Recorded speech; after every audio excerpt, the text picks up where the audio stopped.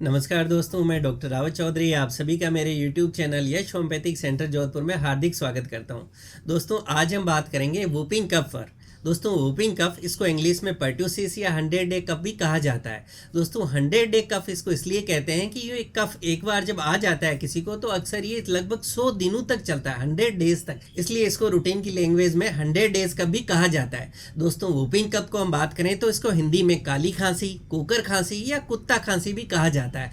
दोस्तों, कुकर खांसी या कुत्ता खांसी, जैसा कि वर्ड बता रहा है कि कुत्ता खांसी, इसको कुत्ता खांसी क्यों कहा जाता है? क्योंकि दोस्तों, जिस व्यक्ति को वूपिंग कफ हो जाता है या कुकर खांसी हो जाती है, जब वो खांसता है तो उनके अंदर से जो साउंड प्रोड्यूस होती है वो एक तरह की हु हु इस तरह की सी आवाज होती है, जैसे ऐसे लगता है कि कह सकते हैं आप कि कुत्ते के भौंकने से जो आवाज पैदा होती है उस तरह की सी इस खांसी में साउंड प्रोड्यूस होती है उस आदमी को, और वो काफी परेशानी देती है, इसलिए इसको कुत्ता खांसी भी कहा गया है। दोस्तों, वूपिंग कफ के बारे में हम कुछ फैक्ट्स की बात करें तो एक बैक्टीरियल इन्फेक्शन है जो कि काफी संक्रामक या आप कहते हैं कि कॉन्टेजिनियस है।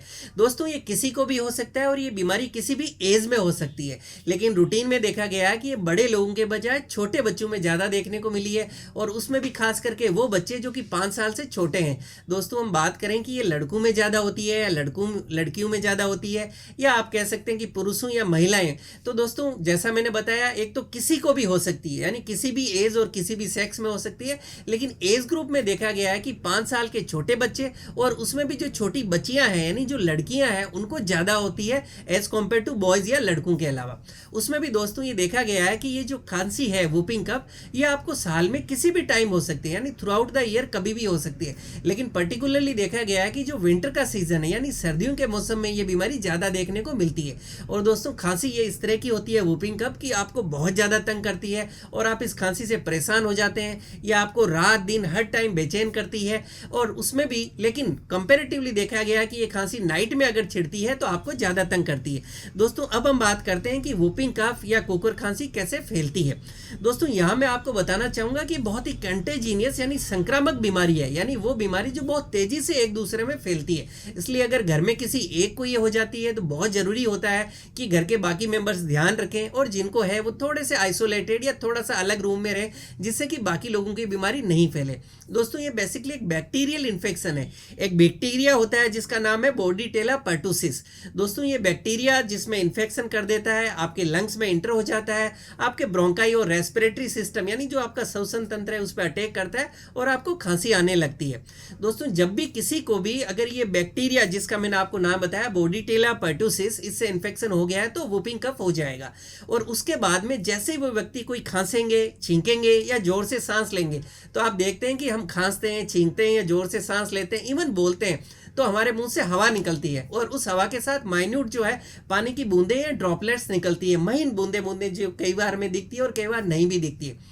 दोस्तों, ये जो एयर निकल रही है उनके साथ जो माइन ड्रॉपलेट्स निकल रहे हैं उनके साथ ये बैक्टीरिया भी इन्फेक्टेड व्यक्ति के लंग्स से बाहर आता है, सांस के साथ बाहर आता है। तो वहां पर अगर कोई भी दूसरे व्यक्ति जो खड़े हैं, जब वो सांस ले रहे हैं या बोल रहे हैं, तो वो जो एयर है, हवा है, वो उनके फेफड़ों में जाएगी, नाक से सांस लेते टाइम उनकी बॉडी में इंटर हो जाएगी, या मुंह से इंटर हो जाएगी, या मान लीजिए उनका झूठा पानी पिया तो हो जाएगी, या साथ में खाना खाया तो इन्फेक्शन फैल जाएगा, या उन्होंने जोर से खांसा, कुछ पानी की बूंदें मान लीजिए टेबल पे गिर गई या आसपास की जगह गिर गई और वहां किसी दूसरे आदमी ने हाथ लगा दिया, तो वो इन्फेक्शन उनके हाथ से उनकी बॉडी में भी इंटर हो जाएगा। हाथ से मतलब हाथ से इंटर नहीं होगा दोस्तों, वो हाथ से जब उन्होंने खाना खा लिया है या पानी पी लिया है, अगर हाथ प्रॉपर्ली वॉश नहीं किए तो उस हाथ से वो इन्फेक्शन माउथ से या नाक से थ्रू उनकी बॉडी में इंटर हो जाएगा। तो इस तरह से आपने देखा कि बैक्टीरियल इन्फेक्शन है जो कि एक संक्रमित व्यक्ति से दूसरों को फैलता है।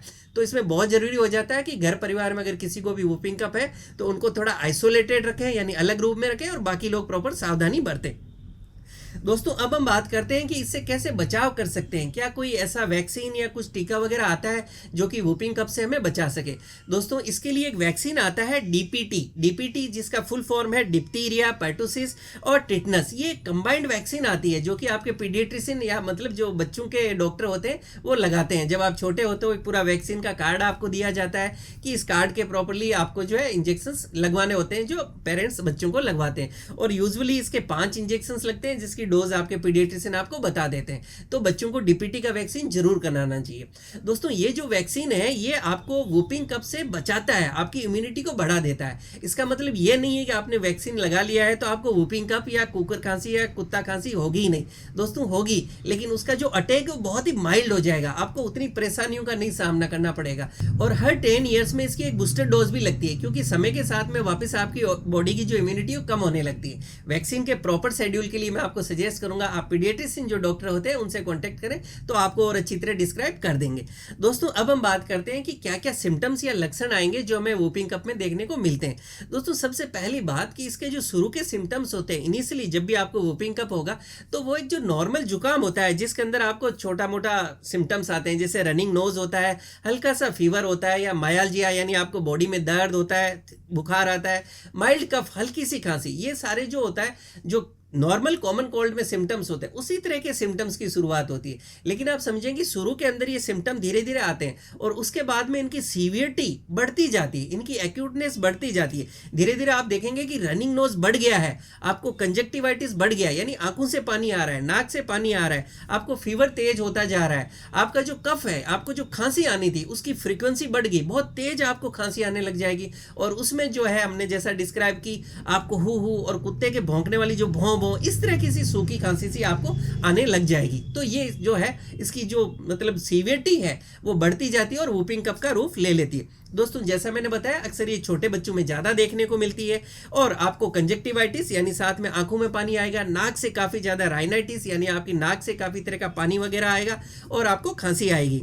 आपको दोस्तों लगातार खांसी के एपिसोड्स आने लगेंगे, यानी आपको खांसी आई और थोड़ी देर बाद फिर खांसी आएगी, फिर खांसी आएगी और एपिसोड्स आएंगे, यानी कंटिन्यूसली आपको बहुत ज़्यादा खांसी आएगी। और ये खांसी लगभग आपको 100 डेज तक चल सकती है, इसके लिए इसको जो है 100 डे का भी कहा गया है। और खास करके ये खांसी आप देखेंगे कि दिन के बजाय रात में ज़्यादा आती है। दोस्तों आपको खांसी इतनी ज़्यादा आएगी कि आपका खांसते खांसते चेहरा लाल हो जाएगा, या आप कहेंगे कि नीला पड़ जाएगा, या आपको ऐसे लगेगा कि आंखें जैसे बाहर से निकल गई हो, इतनी ज़्यादा खांसी आएगी। आपको खांसते खांसते उल्टी भी हो सकती है, और कुछ केसेस में जब ये ज़्यादा बढ़ जाता है तो कोई तरह से आपको खून भी आ सकता है, यानी खांसी के साथ खून आ सकता है। आप महसूस कर सकते हैं कि आपको नाक के साथ भी ब्लड आ जाए, आपको बहुत ज़्यादा थकावट फील होने लगेगी, आपको खांसी के साथ कंपकंपी बॉडी के अंदर फील होगी, और आपको बीच बीच में ये लग सकता है खांसते खांसते कि सांस रुक सी गई है। ये दोस्तों कुछ कॉमन सिम्टम्स है जो कि आपको वूपिंग कफ में देखने को मिलते हैं। दोस्तों अब हम बात करते हैं कि आपके कौन कौन से रूटीन में टेस्ट करवाए जाते हैं। दोस्तों आप जब डॉक्टर के पास जाते हैं तो आपका एक्सरे करवाया जाता है, जिससे आपकी चेस्ट या आप कह सकते हैं कि छाती या फेफड़ों को देखा जाता है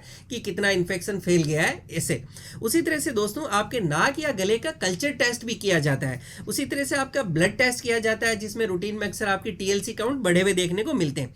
दोस्तों यहाँ मैं आपको यह भी कहना चाहूंगा, अगर आप दोस्तों इसकी प्रॉपर जो है ट्रीटमेंट नहीं लेते हैं तो कई बार लाइफ थ्रेटनिंग या आप कह सकते हो जानलेवा सिचुएशन में भी कन्वर्ट हो सकता है। कुछ कॉम्प्लिकेशंस पैदा हो सकते हैं, जैसे कि आपको निमोनिया हो सकता है, डिहाइड्रेशन हो सकता है, आपको हर्निया हो सकता है, आपके दिमाग के अंदर ब्रेन के अंदर ऑक्सीजन की कमी होने लगती है, और कहीं से भी बॉडी में ब्लीडिंग भी शुरू हो सकती है। इसलिए हमें इसको बिल्कुल भी मतलब लाइटली नहीं लेना चाहिए। अगर इस तरह के सिम्टम्स आ रहे हैं तो तुरंत अपने नजदीकी डॉक्टर से संपर्क करके और इसका आप उचित ट्रीटमेंट लीजिए। दोस्तों अब हम यहाँ बात करते हैं कि वूपिंग कफ का होम्योपैथी में कैसा ट्रीटमेंट है। दोस्तों मैं आपको बताना चाहूंगा कि वूपिंग कफ का होम्योपैथी के अंदर बहुत ही अच्छा ट्रीटमेंट है, और अगर आप होम्योपैथिक मेडिसिन लेते हो तो बहुत ही तेजी से आपके सिम्टम्स रिकवर होने लगते हैं और बहुत ही जल्दी आप बिल्कुल ठीक हो जाते हैं।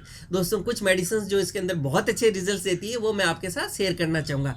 दोस्तों सबसे पहली बात कि जब भी आप वूपिंग कफ का ट्रीटमेंट स्टार्ट करें तो आपको पर्ट्यूसिन 200 से ट्रीटमेंट स्टार्ट करना चाहिए। इसकी आपको सिंगल डोज लेनी है। इसको पर्ट्यूसिन को 200 पोटेंसी को आपको सिर्फ एक डोज लेनी है और सप्ते में एक बार, यानी जिस दिन आप अपने ट्रीटमेंट को शुरू कर रहे हैं उस दिन सबसे पहले आप ये मेडिसिन लेंगे पर्ट्यूसिन 200। ये एक नोसोड है और इसको 200 पोटेंसी में आपको लेना है। इसको आप दोस्तों अगर एडल्ट हैं तो डायरेक्टली 4 बूंद टंग पे ले सकते हैं, या ग्लोब्यूल या दानों में मिक्स करके भी ले सकते हैं, या छोटे बच्चे हैं तो आप कुछ दानों के साथ मिक्स करके वो भी उनको दे सकते हैं, या पानी में 2 ड्रॉप्स डाल के भी दे सकते हैं। दोस्तों नेक्स्ट हमारी मेडिसिन है ड्रोसेरा 30। ड्रोसेरा 30 वूपिंग कफ की एक बहुत अच्छी मेडिसिन है, जिसको सप्ते में सिर्फ 2 बार लेना चाहिए 30 पोटेंसी के अंदर। मान लीजिए आपने एक डोज इसकी संडे को ले ली है 30 पोटेंसी, दिन में सिर्फ एक बार लेनी है, तो वापस आप वेडनेसडे या बुधवार को इसकी 30 पोटेंसी की एक डोज रिपीट करेंगे, यानी सप्ते में 2 बार ड्रोसेरा 30, संडे को एक डोज, फिर वेडनेसडे को एक डोज। और डोज जो है जैसा मैंने बताया, अगर एडल्ट हैं तो 4 बूंद डायरेक्ट टंग पे ले सकते हैं या दानों में मिक्स करके ले सकते हैं, और बच्चों के लिए 2 बूंद सफिशिएंट है, या ग्लोब्यूल्स या दानों में मिक्स करके भी ले सकते हैं। दोस्तों ये कुछ मेडिसिन होगी, पर्ट्यूसिन जिससे ट्रीटमेंट स्टार्ट करना है, और उसके बाद ड्रोसेरा जो आपको सप्ते में 2 बार लेनी है। उसके बाद कुछ मेडिसिन जो रूटीन के अंदर बहुत अच्छे रिजल्ट्स देती है। सबसे पहली मेडिसिन है कोकस कैक्टाई 30। दोस्तों कोकस कैक्टाई 30 को हमें दिन में 3 बार लेना चाहिए। उसी तरह से इपिकैक 30 को भी आपको दिन में 3 बार लेना चाहिए। दोस्तों नेक्स्ट मेडिसिन है कालीकाब 30 को भी आपको दिन में 3 बार लेना चाहिए। ये एक वुपिंग कफ की स्पेसिफिक मेडिसिन आप है कह सकते हैं। उसी तरह से दोस्तों नेक्स्ट मेडिसिन है बेलाडोना 30, इसको भी हमें दिन में 3 बार लेना चाहिए। दोस्तों ये कुछ मेडिसिन है, अगर आप इनको रूटीन में लेते हैं तो आप देखेंगे कि आपका वुपिंग कफ या जो कुत्ता खांसी है बहुत तेजी से ठीक हो रही है और सारे सिम्टम्स इंप्रूव होते चले जाएंगे। दोस्तों उम्मीद करता हूं कि आज जो मैंने आपको वुपिंग कफ पे जानकारी दी है ये आपको पसंद आएगी और लाभकारी साबित होगी। इसी तरह से मुझसे जुड़े रहने के लिए मेरे यूट्यूब चैनल यश होम्योपैथिक सेंटर जोधपुर को लाइक करें, शेयर करें, सब्सक्राइब करें और बेल आइकन जरूर दबाएं, जिससे मैं जैसे कोई वीडियो डालूं आपको नोटिफिकेशन मिल सके। Thank you.